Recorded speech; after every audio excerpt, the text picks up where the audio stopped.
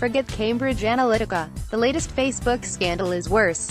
The social network silently logged Android users' call and text histories, didn't tell anyone about it, got caught, and now claims that Android users consented to it all along and that every other online service does it too. And they didn't, and most don't. Credit Frederic Legrand, COMEO, Shutterstock. Getting the full picture from Facebook about this practice has been like trying to keep up with a game of three-card Monty. The company has been telling part of the truth, then another part of the truth, all while reassuring the public that this highly invasive practice exists for the sake of users who, even if they didn't know it was happening, would have been happy about it if they had. Facebook could be given the benefit of the doubt about the Cambridge Analytica mess, which might charitably be seen as the result of naivete and short-sightedness. But the deliberate deception that Facebook is currently engaged in regarding the call logging controversy should persuade users to never trust anything from the company again. To catch you up on this brouhaha, several people discovered last week, after downloading their Facebook data in the wake of the Cambridge Analytica publicity, that Facebook had secretly logged calls and texts made from their Android phones. These users didn't remember having given Facebook apps permission to do so. You didn't know you wanted this. When asked about this, Facebook stated that users had in fact consented to sharing their call and text logs when they agreed to let Facebook see their phone's contact lists. The users weren't informed of that when they installed the apps, but Facebook insists that they should have known. The most important part of apps and services that help you make connections is to make it easy to find the people you want to connect with. So, the first time you sign in on your phone to a messaging or social app, it's a widely used practice to begin by uploading your phone contacts, read a statement released by Facebook. More, how to download your Facebook posts. Contact uploading is optional.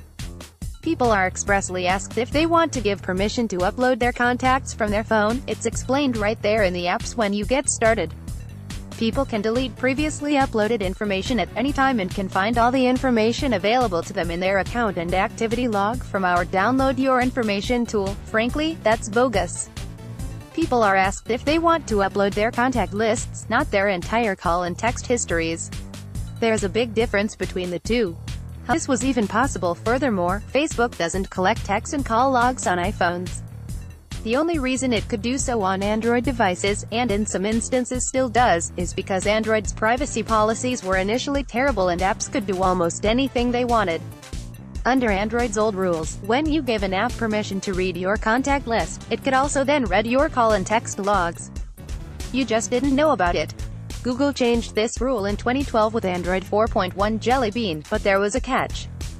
To keep older apps running properly, Android supported the old permissions model for legacy apps until late 2017. Facebook has some of the best coders and security experts in the world, but for years it seems to have made sure that updates to its Android apps preserved the older software function that enabled it to read user call and text logs. And indeed, several people with devices that never had run older versions of Android nevertheless found that Facebook had their call and text logs right up until the fall of 2017. What exactly gets collected? To be clear, logging the calls and texts doesn't mean Facebook has the contents of those communications. It has only when they were made, which phone numbers were involved, and how long calls lasted.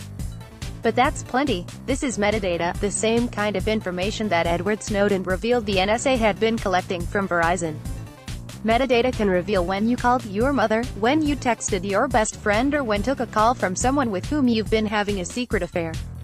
The police normally go to the phone companies when they want to find out when certain calls or texts were made. But the phone companies keep such records for only a few months. Facebook seems to have been keeping them for at least 3 years. If I were a cop and I knew this, I'd get a warrant for a suspect's Facebook records first.